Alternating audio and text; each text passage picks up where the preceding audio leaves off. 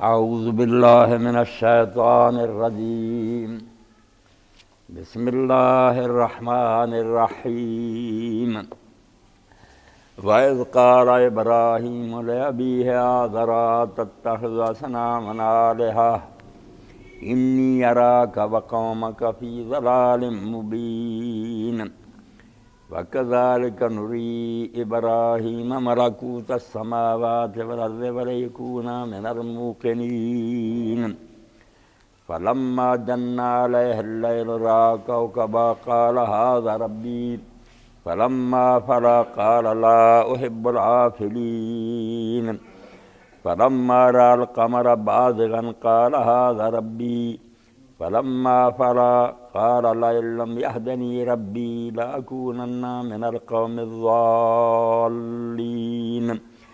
فَلَمَّا رَأَى الشَّمْسَ بَازِغَةً قَالَ هَٰذَا رَبِّي هَٰذَا أَكْبَرُ فَلَمَّا أَفَلَتْ قَالَ يَا قَوْمِ إِنِّي بَرِيءٌ مِّمَّا تُشْرِكُونَ إِنِّي وَجَّهْتُ وَجْهِيَ لِلَّذِي فَطَرَ السَّمَاوَاتِ وَالْأَرْضَ حَنِيفًا وَمَا أَنَا مِنَ الْمُشْرِكِينَ۔ سورۃ الانعام میں سے حضرت سیدنا ابراہیم علیہ السلام کی زندگی کا ایک واقعہ جو قرآن مجید نے بیان کیا وہ میں نے آپ کے سامنے تلاوت کیا۔ ابراہیم علیہ السلام کی شخصیت دین کے اندر امام کی حیثیت ہے، اللہ نے ان کو امام بنایا۔ انبیاء علیہ السلام بہت آئے، وہ اپنے اپنے دور میں سب امام ہی تھے، مگر جو ساری دنیا کے امام بن گئے کہ بعد میں جتنے نبی اور رسول آئے وہ سارے ان کی نسل میں سے آئے، بعد میں کوئی نبی اور رسول ان کی ذریت سے باہر نہیں آیا۔ پھر نبوت اور کتاب اللہ تعالیٰ نے صرف ان کی اولاد میں رکھی، جتنے بھی ہوئے نا سارے ان کے ہی نائب اور پیرو ہوئے ہیں۔ امام ان سب کے ابراہیم علیہ السلام، اور اسی لیے جو مرکز انہوں نے تعمیر کر دیا وہ ساری دنیا کا پھر مثابۃ للناس، جیسے وہ امام ہے لوگوں کے، وہ پھر بیت اللہ شریف بھی ساری دنیا کا مرکز بن گیا، مثابۃ للناس۔ اور ابن قیم رحمۃ اللہ علیہ فرماتے ہیں مثابۃ پر نکلا سے وابے صحابہ صوبہ لوٹ لوٹ کر آنا، یعنی ایسا اللہ تعالیٰ نے بنا دیا کہ اس گھر کی طرف دل جو ہے نا لپک دے۔ یہ نہیں کہ آدمی ایک بار دیکھ لے تو کہ بس جی دیکھ لیا نا کوٹھا ہی ہے، نہیں، ہر بار آدمی کا جی تڑپتا ہے کہ میں پھر وہاں جاؤں، لوٹنے کو جی چلتا ہے جیسے پرندہ اپنے گھونسلے کی طرف لوٹتا۔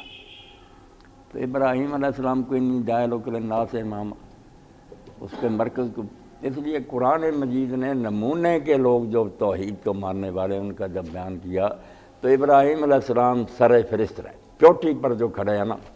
اسی لیے حکم بھی ہوا کہ واتخذوا من مقام ابراہیم مصلی، جب تم حج اور عمرہ کے لیے جاؤ اور طواف کعبہ کرو تو 7 چکر اس مرکز کے گرد لگانے کے لیے، جو فدویت کی علامت ہے، جیسے پروانہ شمع کے گرد گھومتا نا جان قربان کرنے کے لیے، اسی طرح گھومتا 7 چکر لگاتا۔ اور جب ہم شریعت موسویہ کو دیکھتے ہیں تو موسیٰ علیہ السلام کی شریعت میں باقاعدہ حکم ہے کہ عبادتگاہ جو بنائی جائے ہیکل ہے، مسجد ہے، اس میں ایک حصہ نماز کے لیے ہو اور ایک حصہ قربان گاہ ہو، باقاعدہ بنے، وہاں ہی برتن ہے، جانور بھی وہاں لے جائے جاتے تھے، قربانی گھروں میں نہیں کر سکتا تھا، وہاں ذبح ہوتی تھی۔ اور حکم بھی یہ تھا کہ اس جانور کو اس قربان گاہ کے 7 چکر لگائے جائے، 7 مرتبہ گھمایا جاتا تھا، پھر لٹا کر ذبح کیا جاتا۔ تو بالکل یہی حال ہے کہ آدمی اپنی جان جو ہے نا نثار کرتا، قربان 7 چکر لگاتا، اور بعد میں حکم ہوتا واتخذوا من مقام ابراہیم مصلی، اب جا کر ابراہیم علیہ السلام کے جو قدم ہیں ان کے پیچھے کھڑے ہو کر نماز پڑھ، یعنی ان کو امام مان، ان کا مقتدی بن جا۔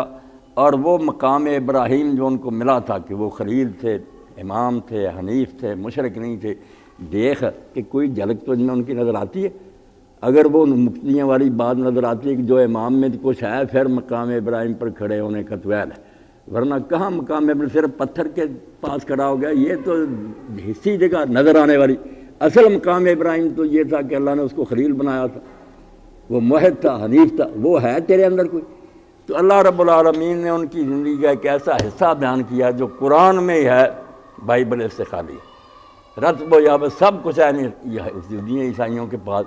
ابراہیم علیہ السلام کی زندگی کا ایک واقعہ جس میں انہوں نے توحید کا بیان کیا ہو، بت توڑے ہوں، ذکری، ہاں تالمود جو ہے ان کا حدیث کا مجموعہ اس میں ہے، مگر ترتیب بالکل الٹی ہے، بعد میں بتاؤں گا بکرا الٹا اٹکا لیا۔ ایسی بےہودہ کہ آدمی کہتا ہے یار یہ کتابیں جن کے بارے میں یہ پادری کہتے ہیں قرآن نے ان سے چوری کی ہے۔ تو اللہ کے بندو، قرآن میں جو روشنی ہے اس کو دیکھو اور اس اندھیرے کو دیکھو، کوئی مناسبت ہے؟ کہاں سے لیا؟ ایک امی جس کو کہتے ہو تم ان پڑھ، وہ جو بات کرتا معقول ہے، دل میں اترتی ہے، تم جو کہتے ہو وہ سنتے آدمی کیا کرتا۔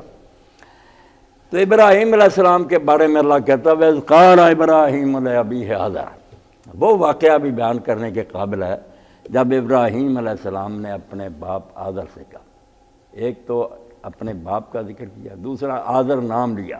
حالانکہ عام طور پر یہ ہے کہ اپنے باپ بیٹے کوئی نام کی ضرورت نہیں، مگر یہاں نام کی ضرورت تھی کیونکہ لوگوں نے اس بارے میں بہت گڑبڑ کیا۔ مسلمانوں میں سے گمراہ لوگ جو ہے کہتے ہیں نہیں آزر باپ نہیں تھا، وہ چچا تھا، اس نے پالا تھا، یوں تھا فلاں تھا۔ بھائی قرآن کسے ٹکر لیتے ہو؟ قرآن ضرورت محسوس کرتا ہے کہ اس غلطی کو درست کیا جائے، بتایا جائے کہ آزر ہی تھا اس کا باپ، کوئی چچا وغیرہ نہیں تھا۔ اس لیے جہاں کہا وغفر لأبی انہ کان، میرے باپ کو بخش دے، وہ غلطی پر تھا۔ اللہ کہتا ہے جو اس نے اپنے باپ کے لیے بخش لے ابی ہے یا اباتے، اللہ کو کوئی دشمنی ہے یا اس زبان سے ناواقف ہے عربی سے کہ وہ عام نہیں کہہ سکتا؟ کہیں تو کہتا چچا، مذاق بنا رکھا کہ اپنی مرضی سے باپ کو چچا بنا دیتے ہیں، چچا کو باپ بنا دیتے ہیں۔ تو باپ تھا، آدری نام تھا اس کا۔ اگر تورات میں تارے لکھا، میرے پاس آتے ہیں بریلوی دوست، میں کہا تارے ماننے سے کوئی فائدہ ہوا؟ تم نے قرآن کی نص کو بھی چھوڑا، اب نکالو یشوع کی کتاب۔ صاف لکھا کہ وہ دریا پار جہاں رہتا تھا تارے، وہ بت پرست مشرک اور کافر تھا، نہ فائدہ ہوا کوئی؟ قرآن کے بھی خلاف کیا، وہ بھی کافر ہے۔ تارے کا مومن تھا، کیا پلے ہے تمہارے؟ جیوش انسائکلوپیڈیا پڑھو، وہ کہتے صرف بت پرست نہیں تھا، بت فروش بھی تھا، بناتا تھا بت اور لوگوں کو دیتا تھا۔ اس لیے قرآن کو بھی چھوڑتے ہیں، پلے بھی کچھ نہیں پڑتا، کوئی فائدہ نہیں۔ آزر سے اپنے باپ سے کہا ابراہیم علیہ السلام۔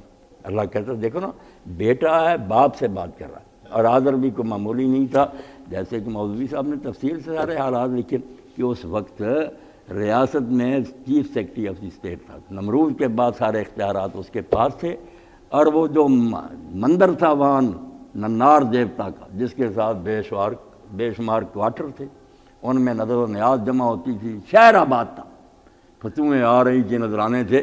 ابراہیم علیہ السلام اگر اس گدی کو سنبھال لیتا ساری عمر کمانے کی ضرورت ہی نہیں، لوگ پاؤں چومتے، مگر لات مار دیا باپ سے کہا اپنے سے، جو اتنی حیثیت کا مالک تھا، دنیاوی لحاظ سے بھی ساری ریاست کا وہ مختار تھا اور مذہبی پیشوا تھا۔ اس لیے کس سے بات ہو رہی؟ اپنے باپ آزر سے۔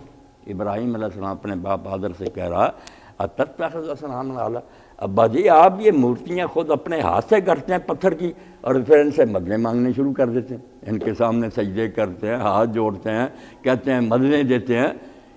اتنی بے عقلی کی بات یہ نظر آتی ہے کہ پتھر کی مورتی خود گڑھی اور وہ خدا بن گئی۔